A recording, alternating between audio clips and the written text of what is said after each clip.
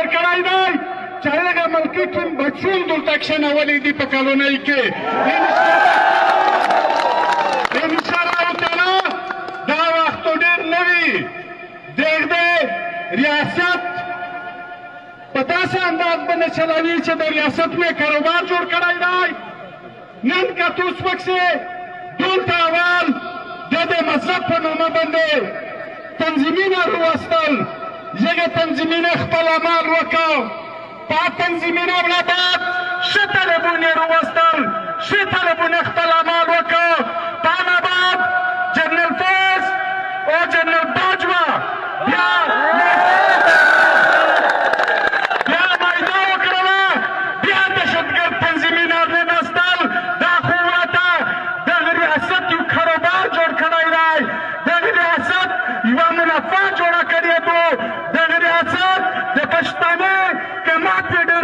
محسوس کړی دی. خو نن موږ دا درته وایي چې نن تو که د بانو ولس ولیده، تو د نعت وزیرستان ولس ولیده، تو د سلط وزیرستان ولس ولیده، تو د سوات ولیده، تو د دیر ولیده، تو د پېښور ولیده.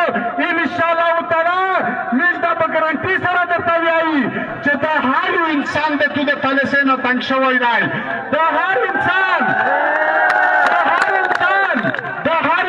دغه ترغلی دی چې کمخته چې څرنګې اسلامي تنظیمونه کو خلق شامل وو هغه په شهادت باندې فخر کو.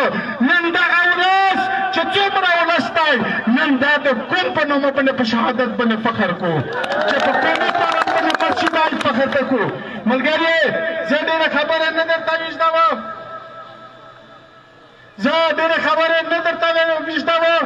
خدای وایه چې نن یې شهزاد وزیر نیولی دی چې کیم د پی ټي ایم او د ولسي پاڅون یو اهم کس دی او د پی ټي ایم کوارډینیټر دی. موږ ریاست ته دا وایي چې ریاسته ته دهشتګردي کوې. دا دهشتګرد تور وستلی دي. په دا خوره باندې د دهشتګردۍ عمل تو کړی دی. نن چې شهزاد د امن د پوره ژغ کو، نن چې شهزاد د خپله خورې د بچ کولو ژغ کو، نن شهزاد چې د پښتون ولس ژغ کو، تو په ده باندې د دهشتګردۍ پرچې کټ کړې دي. ای ملګري دا یوه یو ته وسوتې چې نن دا مایدې وکړې هغه دهشتګردۍ سره. بل طرف ته انګور اډیګریډ سے بند که په خلک باندې کاروبار بند که. نن هغه دهشتګرد پروتې وي چې چا پوخ خرڅ کړی وي ورته وایي چې 2 لکه روپۍ راڅکه. چې چا ټکا وي ورته وایي چې 2 لکه 15 لکه روپۍ راڅکه. چې چا کاروبار وي هلته وایي موږ دهشتګرد ته هم وایي موږ پوځ ته هم وایي چې ته پلور ځایې ته یوشا یې. په ټول په ده کې هېڅ فرق نشته.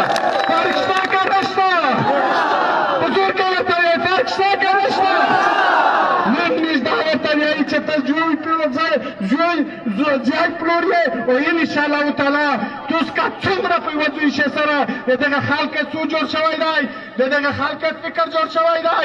او موږ دا زه نوره خبره نه درته ویږدوم ځکه چې لمر ښه دی نور مو هم مقررین دي. خو دا یوه یو دا وسوتې دا ولسي پاڅون تازه خوست کو.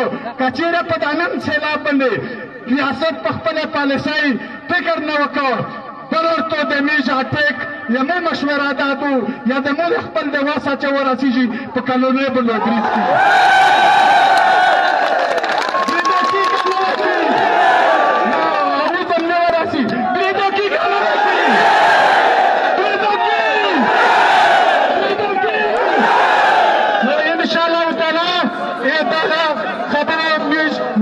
کلنۍ ته ورسوي. نن د باندې ولس خپل حقوق یې وګټل.